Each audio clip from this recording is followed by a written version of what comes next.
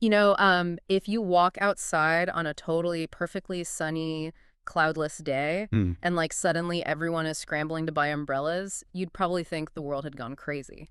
Yeah, I mean, you'd definitely be looking around for a hidden sprinkler system at the very least. You're right, exactly.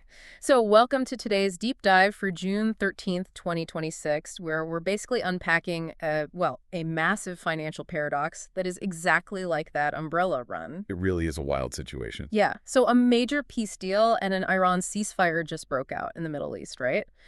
But gold, which is, the ultimate safe haven, it didn't crash. It actually surged 3.4%. Right. I mean, if the fear is gone, why aren't investors dumping their gold?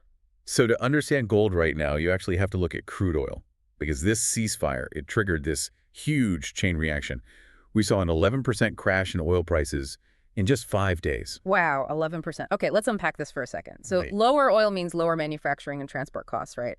Which means lower overall inflation. Yeah, And that basically neutralizes gold's absolute biggest enemy, which is the threat of Federal Reserve interest rate hikes. spot on. I mean, high interest rates are normally terrible for gold because, holding a physical piece of metal doesn't pay a yield like a bond does. Right, it just sits there. Exactly. Hmm. So with inflation dropping alongside oil, the Fed has way less reason to hike rates. So the gold market, it isn't rallying because of the peace deal itself. It's rallying because the threat of higher interest rates basically just vanished. That makes so much sense, and the system data is totally reflecting this shift. We just logged our fourth consecutive compression reading, Yeah, 4 in a row now. which is crazy. Yeah.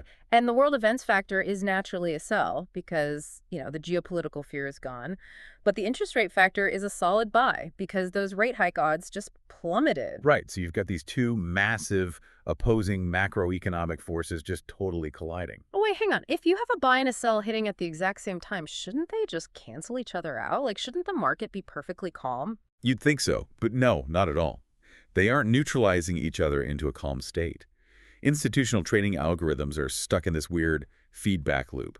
It's more like two tectonic plates just grinding against each other. Oh, wow. Okay, so it's building pressure. Yeah, and if you look at the system stability score, it's sitting at a glaring 28 out of 100 right now. 28. That is highly unstable. Incredibly unstable. The market is basically a coiled spring just waiting to snap. Okay, so if we're sitting on this coiled spring, what's the exact event that's going to uncoil it? You just have to look at the calendar. The upcoming FOMC meeting is on June 17th. Which is just 4 days away. Exactly. Just 4 days.